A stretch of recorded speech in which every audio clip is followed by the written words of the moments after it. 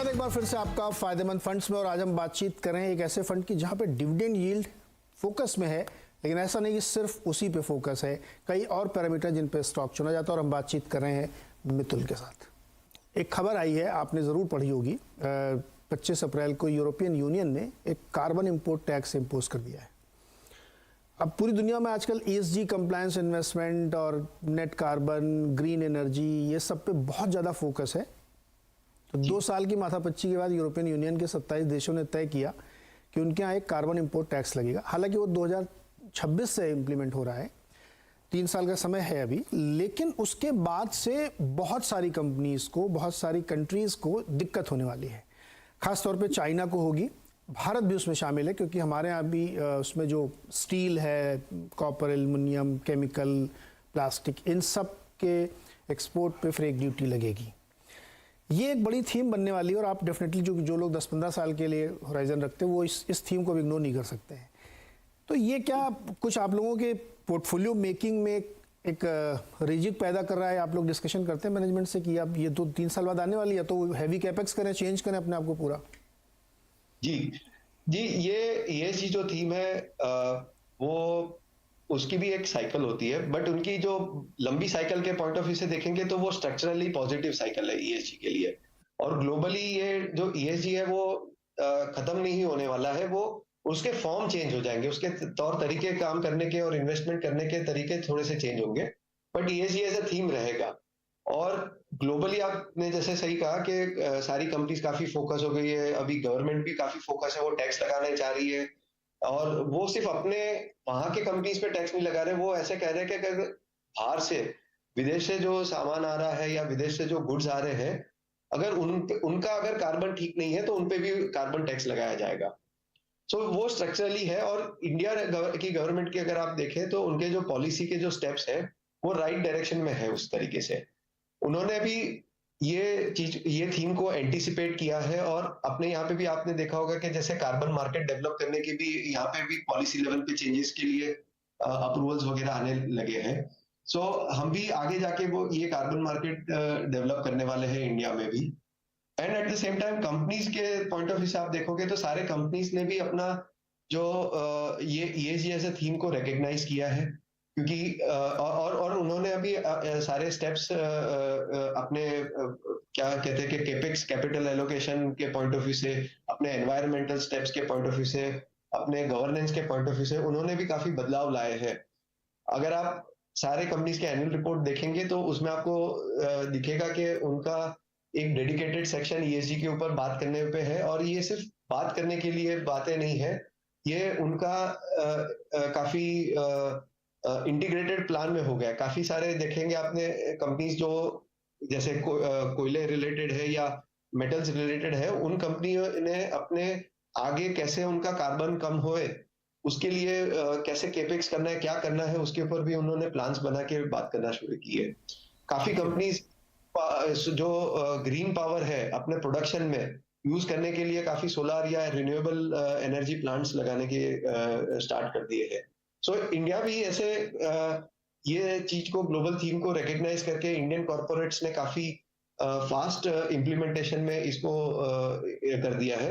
और हम जब भी अपने कंपनीज की रिसर्च और कंपनीज के साथ इंटरेक्शन करते हैं तो हम लोग भी कंपनीज को गाइड करते हैं कि क्या करना आपको चाहिए। और हम भी उनसे पूछते हैं कि आप अपना नेक्स्ट प्लान है उसमें आपका कैसे ग्रीन एनर्जी या कैसे रिन्यूएबल सोर्स ऑफ पावर है आप। तो ये मैनेजमेंट वाले सीरियसली लेते हैं इसको कि अभी भी वो कहते हैं अच्छा ठीक है देखेंगे?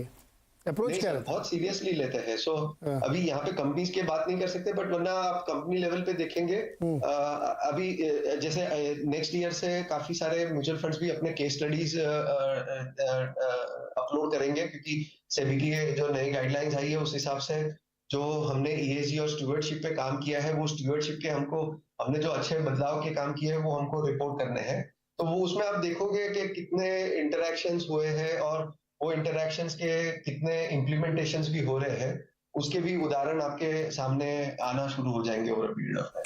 हाँ, चूंकि ये बहुत एक बड़ी थीम बन रही है और उसमें बहुत सीरियसली लेना पड़ेगा, क्योंकि फिर फंड नहीं आएगा। अब ESG कंप्लायंट बहुत ज़्यादा फोकस किया जा रहा है। खैर, ये आज अब आपके फंड में मैंने देखा कि 10 स्टॉक ऐसे हैं जिनका वेटेज मोर देन 50% है। इतना कंसंट्रेशन क्यों? सर, ये जो हमारी जो स्टाइल है वो रिलेटिव यील्ड देखते हैं हम, हाँ, और कंसंट्रेशन क्या होता है कि depends on different types of market. जब भी बहुत सारे आइडियाज है, बहुत सारे yields across the basket available है, तो थोड़ा सा कंसंट्रेशन कम हो जाता है। बट अदरवाइज आप अगर यही फंड हमारा देखें पिछले 3 साल में, तो पिछले 3 साल के कंपैरिजन में देखेंगे तो अभी थोड़ा सा कंसंट्रेशन कम है। बट ऑन एब्सोल्यूट आपका बात सही है कि कंपेयर टू दूसरे फंड्स के हिसाब से यहाँ पे कंसंट्रेशन ज्यादा है। बट ये फंड की साइज भी छोटी है, plus at the same time जो यील्ड वाले जो स्ट्रेटेजी हमने देखी है, थोड़ी सी कॉन्सेंट्रेटेड तरीके से चलाई जाए तो लंबे समय में उनका उसका आउटपुट भी अच्छा रहा है। बहुत ज्यादा डाइवर्सिफाई करने में क्या तकलीफ हो जाती है कि कुछ स्टॉक्स आपके जो मिस्टेक्स होने वाले हैं वो आप अवॉइड, मतलब बहुत सारे जगह पे आपको मिस्टेक्स आपके हो जाते हैं, क्योंकि आपने सब जगह पे जहाँ पे यील्ड है वहां पे जाके देखा है, इन्वेस्ट कर दिया, इंस्टेड ऑफ के सस्टेनेबल और जो अच्छी कंपनी है जहाँ पे ग्रोथ आने वाली है डिविडेंड वगैरह में, वहां पे अगर आप इन्वेस्ट करो, थोड़ा सा कॉन्सेंट्रेटेड चलाओ, तो हमारा पास्ट एक्सपीरियंस रहा है कि आउटपुट अच्छा रहता है फंड के लिए। ओके, एंड गोल तो पैसे कमाना है, वो कहीं से भी आए, कंसंट्रेशन से आए या डाइवर्सिफिकेशन से आए, डेफिनेटली वो आपका एक आइडिया ठीक है। अब दूसरा मुझे ये बताइए कि जब आप स्टॉक चुनते हैं या रिसर्च करते हैं या बातचीत करते हैं, तो आपके दिमाग में सबसे पहला सवाल क्या आता है कि इस कंपनी को किस लिहाज से ट्रेड, क्योंकि केवल डिविडेंड से ही तो काम चलेगा नहीं, उसमें एक ग्रोथ स्टोरी भी होनी चाहिए। तो कैसे उसको आप लोग एसेस करते हैं इस कंपनी को? हम यहाँ पे हमारे 2 प्रकार के अप्रोच होते हैं। एक है हम जो सारे स्टॉक्स हमारे यूनिवर्स में है उनकी हम over a period of periodically हम लोग है ना उनकी एक रैंकिंग करके देखते हैं कि कौन से स्टॉक्स यील्ड वाइज अट्रैक्टिव ज्यादा दिख रहे हैं। एक उसके बेसिस पे एक हमको एक सेट ऑफ आइडियाज पीरियोडिकली मिलते हैं कि जो रिलेटिव यील्ड में अच्छे दिख रहे हैं स्टॉक्स उनके। फिर दूसरा एक अप्रोच ये होता है कि बॉटम अप अप्रोच देखते हैं, और यही स्टॉक्स पे भी और इनके अलावा भी दूसरे नए स्टॉक्स पे भी हम बॉटम अप करके देखते हैं कि जहां पे स्टॉक्स ऐसे कि जिनकी डिविडेंड्स यील्ड जो रहने वाली है वो कायम रहे, डिविडेंड कायम रहनी चाहिए, और एट द सेम टाइम कौन से कंपनीज ऐसे हैं जिनके dividend over a period of time grow करते हैं।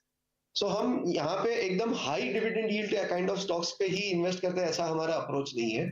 हम क्या करते हैं कि वो जो डिविडेंड यील्ड जो हाई वाले आते हैं स्टॉक्स, उसमें से कौन से कंपनीज जिनके ग्रोथ आने वाली है डिविडेंड में, कौन से कंपनीज जिनके डिविडेंड कायम रहने वाले हैं, वैसे कंपनीज में हम अपना थोड़ा सा इन्वेस्टमेंट कंसंट्रेशन बढ़ा के हम वहां पे उनको ज्यादा वेट्स देते हैं।